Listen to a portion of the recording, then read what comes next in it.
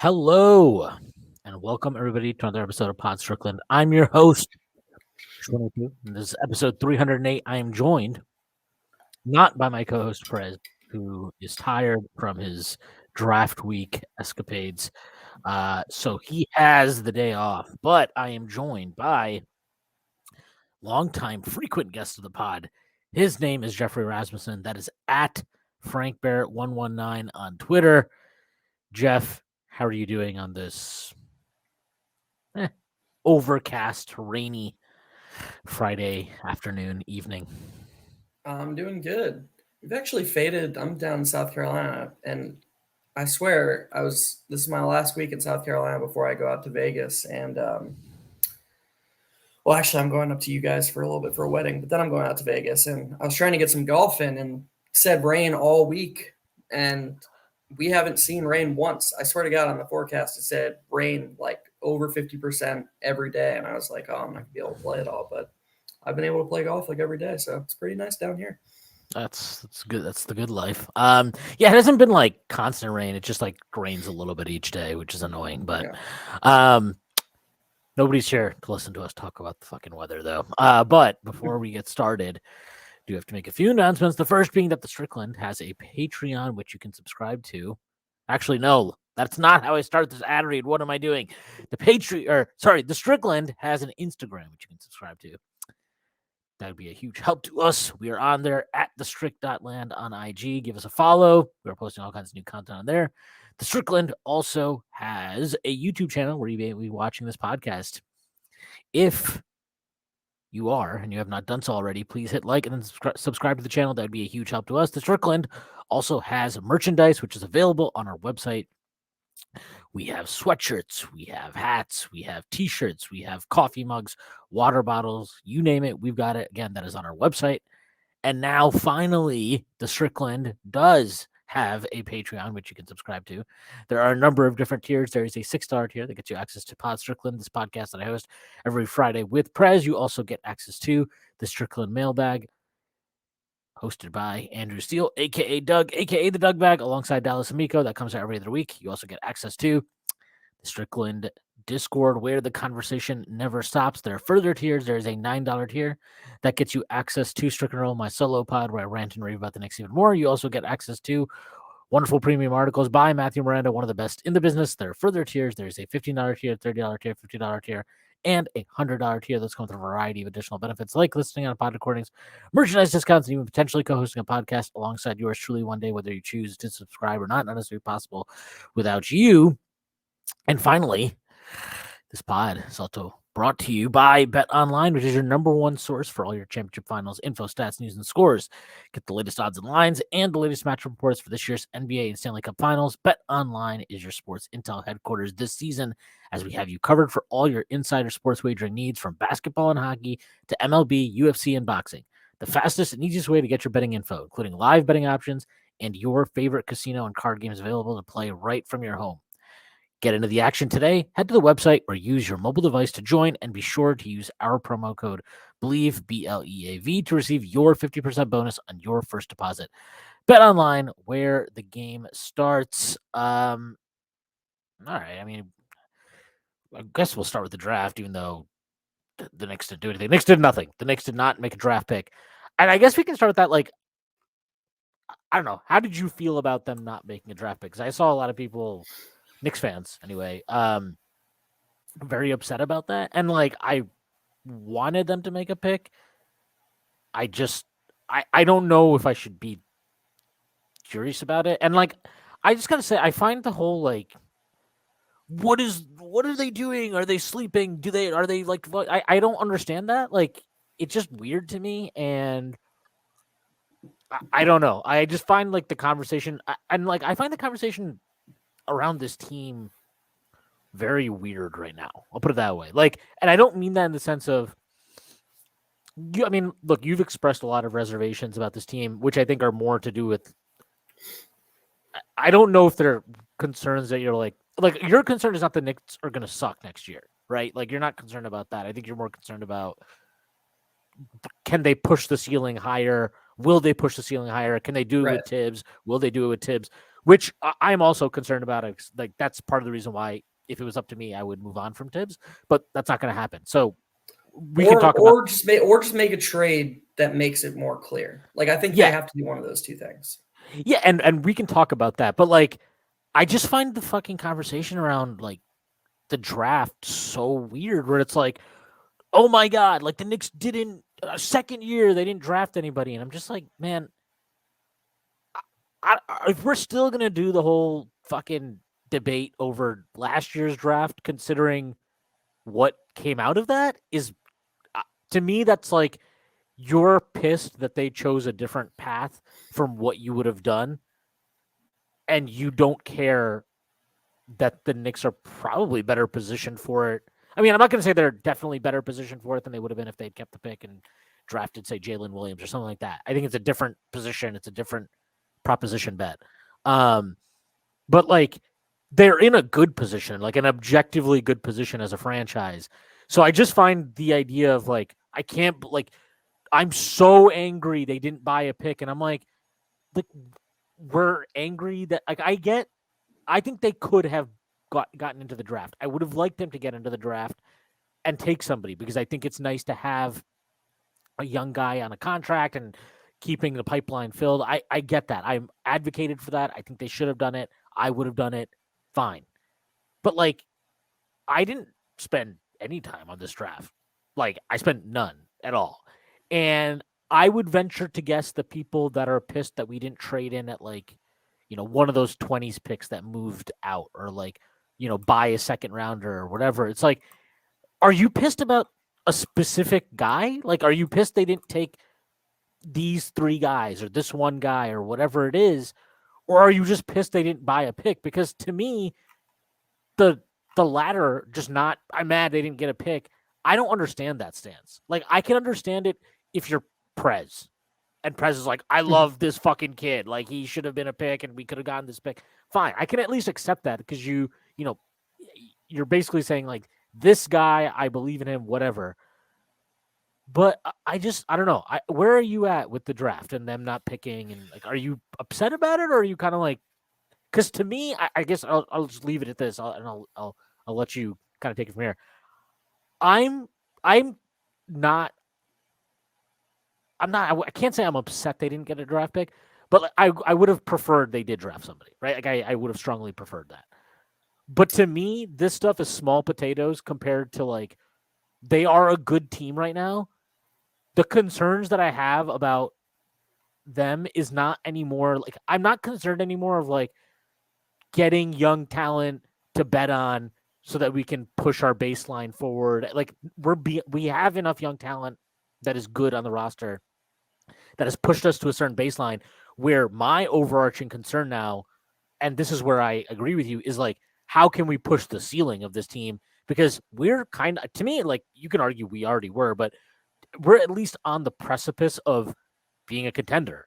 And so that's all I give a fuck about right now, is like, how do we actually become a contender? And I'm sorry, like, the 35th fucking pick in the draft, like, yes, I understand Nikola Jokic was picked in the second round and Draymond Green and whatever, but like, realistically, the 35th pick in the draft is not going, or like the 27th or whatever it is not going to help take us from where we are today and make us a contender in the next 1, 2, 3 years. Okay. It's just not going to happen. So that is my concern.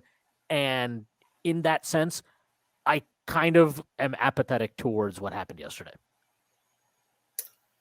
Yeah, I think you nailed it. The only thing I can add to that is,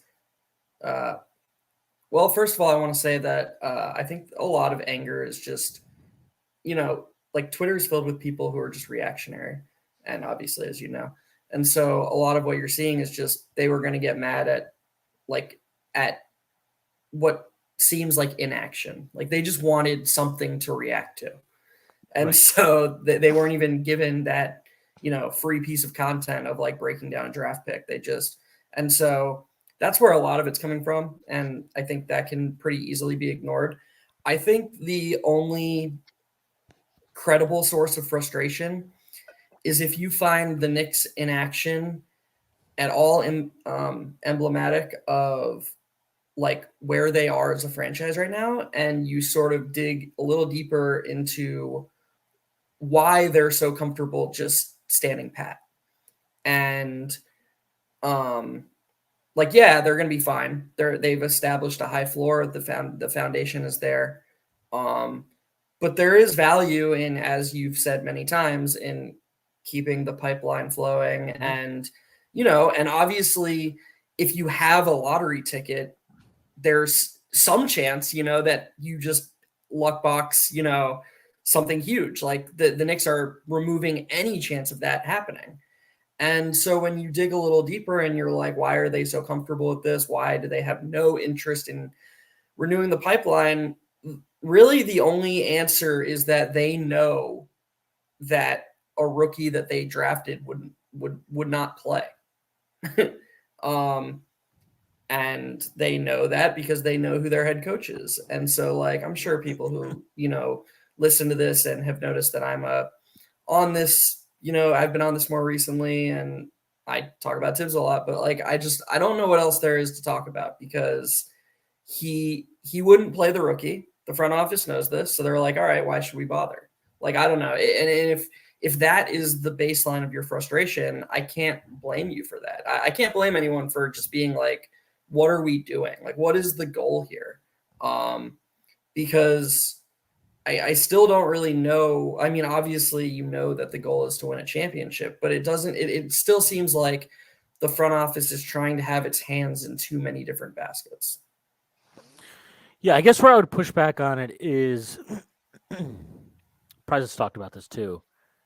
Like, I can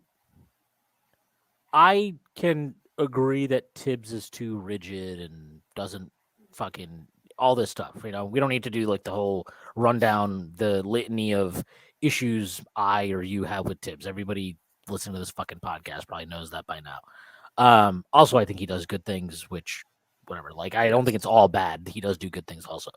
You shouldn't need to qualify that every time. Like, yeah, it's just like it's stupid. Like if we're breaking down Julius Randle as a basketball player, we shouldn't have to be like, but of course he's a 2-time All NBA player who's really good at X, Y, and Z. It's like, yes, like we should have enough credibility with people who listen to this that they know that we're not just like Tibbs sucks at everything, terrible idiot, like, all right, yeah. Sorry. Well, I mean, he should. If we were like Woj, we would have to do that. Like, 2-time All NBA, 2-time All Star, Julius Randle probably should have passed it here. No, I think like. So just forgetting the coach, like eliminate the coach, just looking at the roster, right?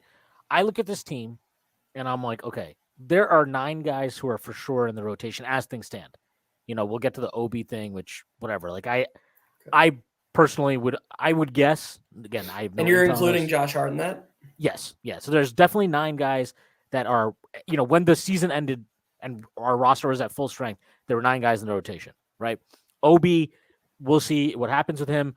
My guess, again, I have no intel on this. My guess is that they value him more than what the offers were on the table for him. And we've seen this before with like how they kind of did it with Cam Reddish, and they obviously like Obi way more than they like Cam. Is they're comfortable going into a season with an uncomfortable situation that has a finite time deadline if they don't think the value is there in moving that player. And that's where I think they're at with Obi, where it's like they clearly like him. They know that this is probably not tenable long term, but for right now, that doesn't necessitate them making a move where they don't think there's value. Okay, now moving on from that. So these are the 9 guys, right? We know who the 9 guys are. Every Knicks fan listening to this knows who the fucking 9 guys are. If you don't, I don't know what to tell you. There's a 10th guy, right? There's Deuce McBride, who I think is on the cusp of being a real solid rotation, but he's basically being a consistent jumper, offensive skill away from being a really solid rotation player, I think. Jericho Sims is a nice utility, throw him out there when shit hits the fan, whatever type of guy. He's not going to be a world beater. He's probably not a rotation center, but he's a guy that you can throw out there for real minutes. And he's not just a center, Shwin. Don't forget. Oh, that's right. He is also he's a power forward too. Yeah. Oh God, that is the worst. But like Jericho is just it is what it is. That's fine. But there's like 9 guys, and then there's one guy who's on the cusp, and then there's another guy who is like, there he fills in when needed. Let's put it that way. Then you have dead weight, right? You have Fournier, who's just an expiring salary. Derrick Rose probably going to get declined. I don't even remember the rest of the fucking guys out there that there's the rest of the spots are whatever, but that's 11 guys that are credible NBA players at bare minimum, right? And if I'm drafting a rookie, I know that to get in the rotation, as things stand, to get into the rotation, that guy has to be better than those dudes. And I'm not sure.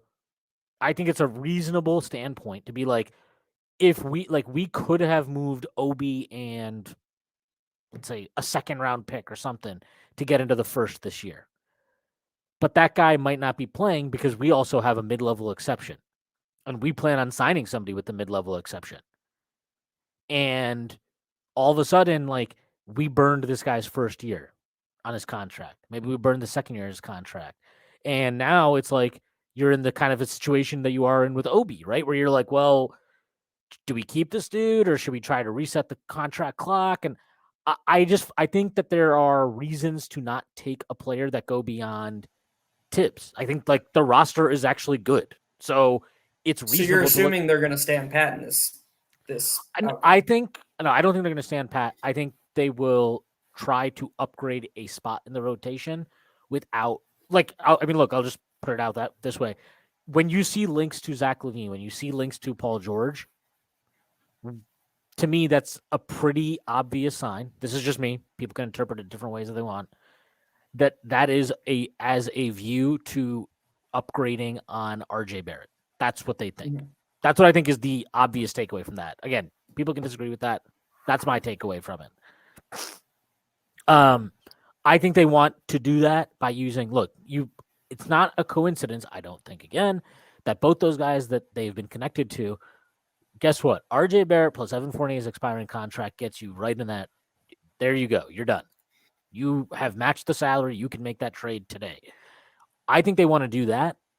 I think they want to do something with those two combined salaries to upgrade that starting, whatever you want to call it, 2-3 spot in the lineup.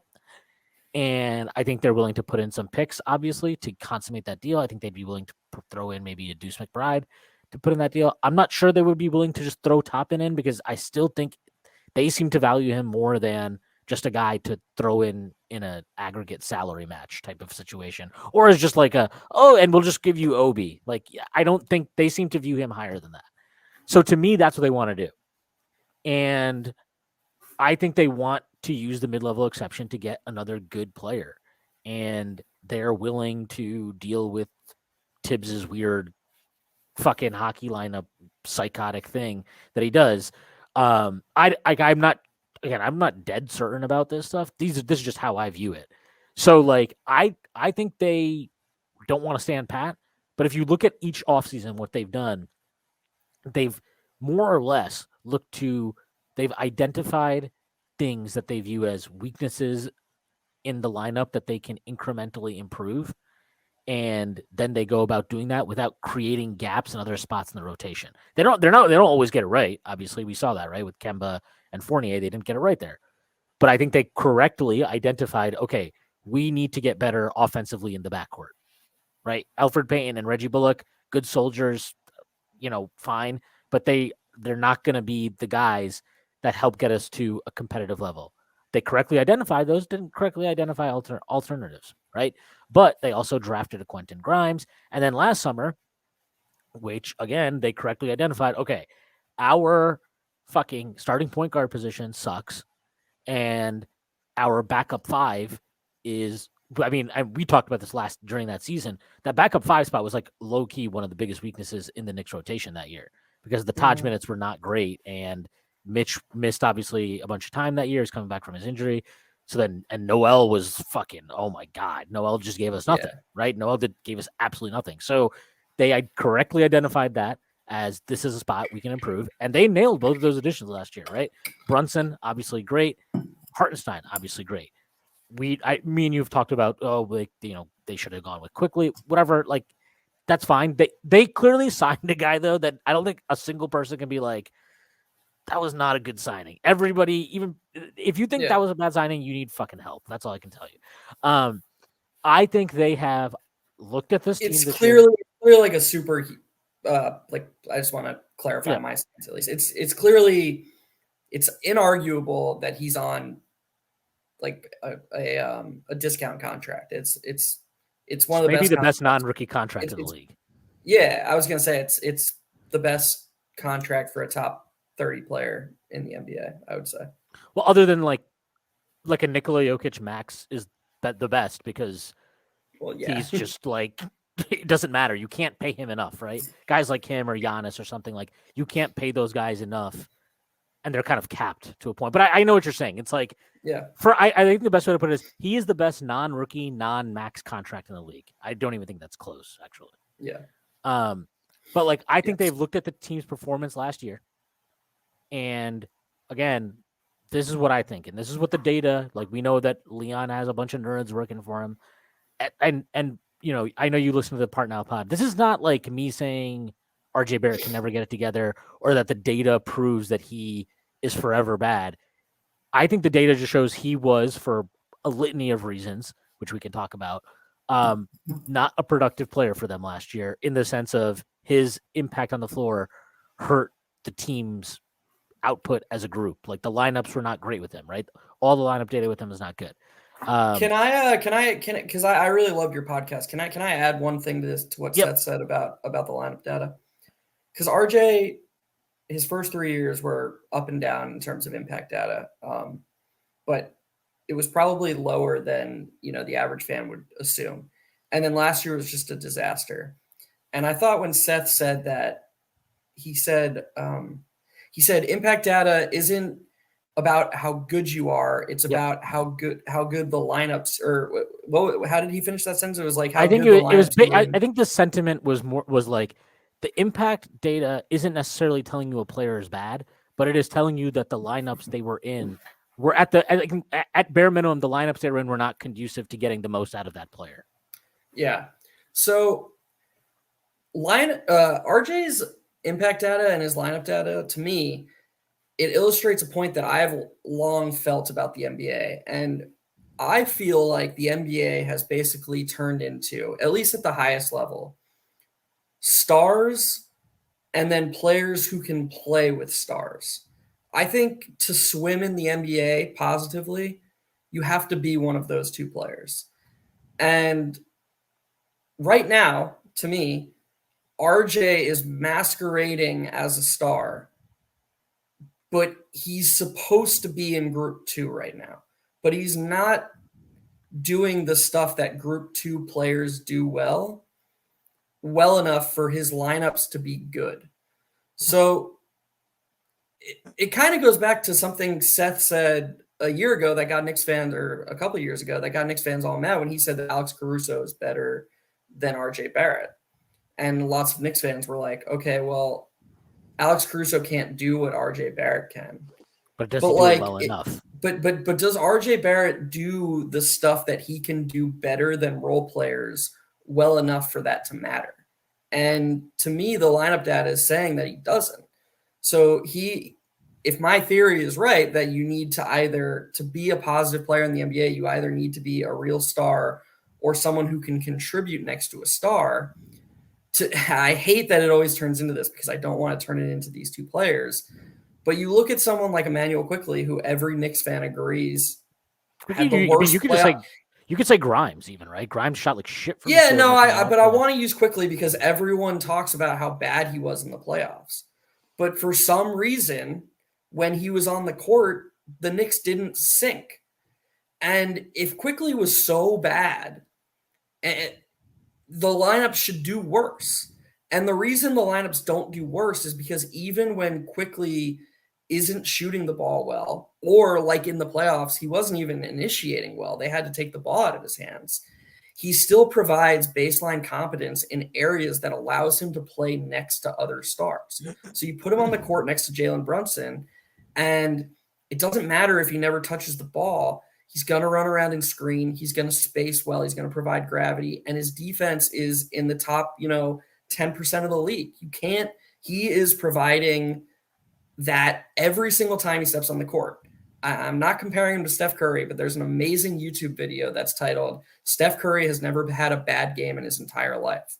And it basically breaks down why Steph Curry can go 0 for 20 and he will be a positive, especially on offense in that game, because gravity is a real thing. And there are things that players do without scoring the basketball that provide positive impact.